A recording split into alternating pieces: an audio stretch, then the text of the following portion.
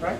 So you've got secularism, and the language actually is very similar. In Memorandum 112, there is this, right? And the intent is very similar.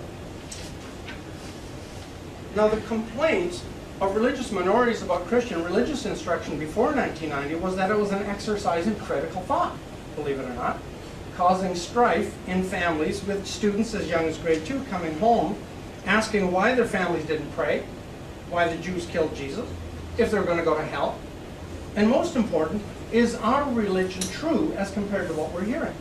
It's an exercise in critical thought, right?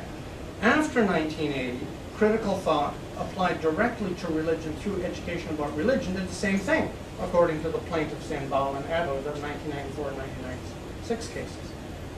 I am challenging the idea that critical thought and its variant, education about religion, is religiously neutral. And I argue that a particular interpretation of education about religion is privileged by the state. In that case, it becomes another form of indoctrination, as some religious groups in Ontario have asserted. But here's my fourth question. Is critical thought applied in an even-handed way?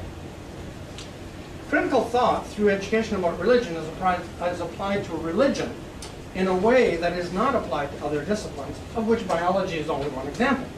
So I'm giving you here the overall expectations for the section on evolution in the grade 12 university level biology program. And here's what it tells. I'm just going to look at the first two bullets. There's a lot more there, but it's going to, students will, by the end of this course, students will analyze evolutionary mechanisms and the process and products of evolution. Evaluate the scientific evidence that supports the theory of evolution. Now, the careful observer will notice what is missing.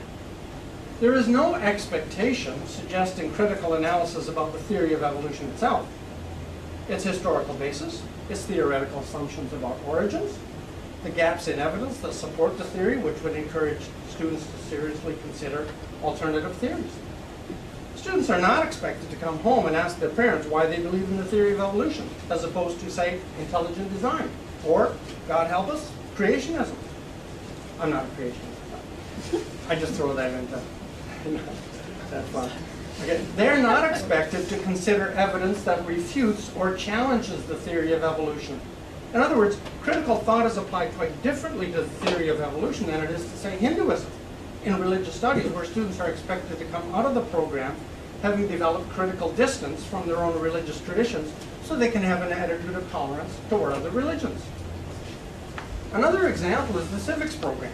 We do not teach about civics so that students emerge from these classes having taken critical distance from Canada as a nation so that they can seriously consider citizenship in Iran or Sweden or Australia as equally desirable.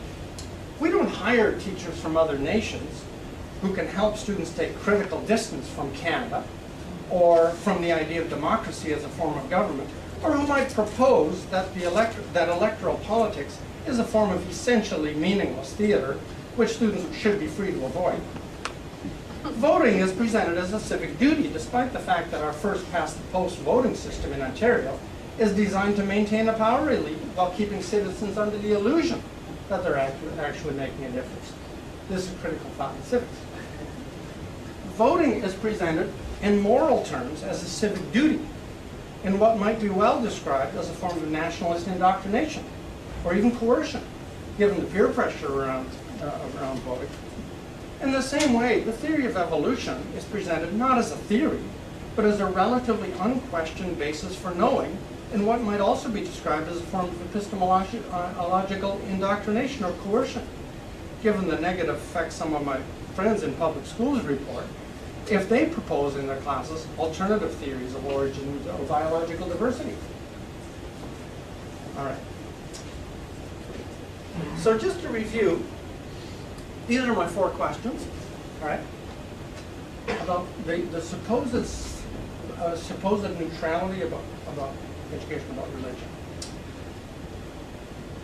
And, you know, and my question is it religiously and epistemologically neutral or agnostic? And my conclusion is no. So my argument here is, in Ontario, in the 1980s, Ontario was doing more than restricting the coercive power of Protestant Christian religious instruction between 1988 and 1996. It was producing another form of Protestant religion under the name secularism, identified in public education as education about religion, which exercises its own coercive power.